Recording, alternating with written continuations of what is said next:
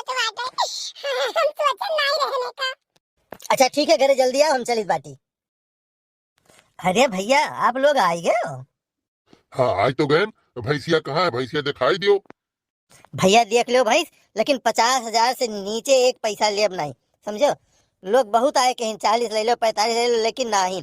पहले 60 मांगत रहन, लेकिन अब थोड़ा का दिक्कत उक्कत है, शायद काम वाम का अकेले करे पड़ता है, तो हमका चलो 50 तक शुद्ध पाई जावे, तो भाई बेच देवे। 50 के नीचे एक पैसा नहीं लेवे। अरे भैया ठीक है, भैंसिया देखी नीक वही तो 50 लाख हुई तो 50 देवे। कई गांव घूम ढारन है और अब ये आयन है तो ठीक है, आवे दियो। ठीक है, कलुस कहन है जल्दी आई, तो अब देख लियो। अरे भैया काहे के नहीं चाहिए ना। ऐसे एक जने आए 60,000 रुपए से हाथों धरत रहे जाने और नहीं दिहन भैंसिया। सोचन ना कि चलो दूध माठा हो जाए घरे, खाए पिए हो जाए, लड़के है, लेकिन भैया कुछ दिक्कत है, एक मारे हम बेचित ना।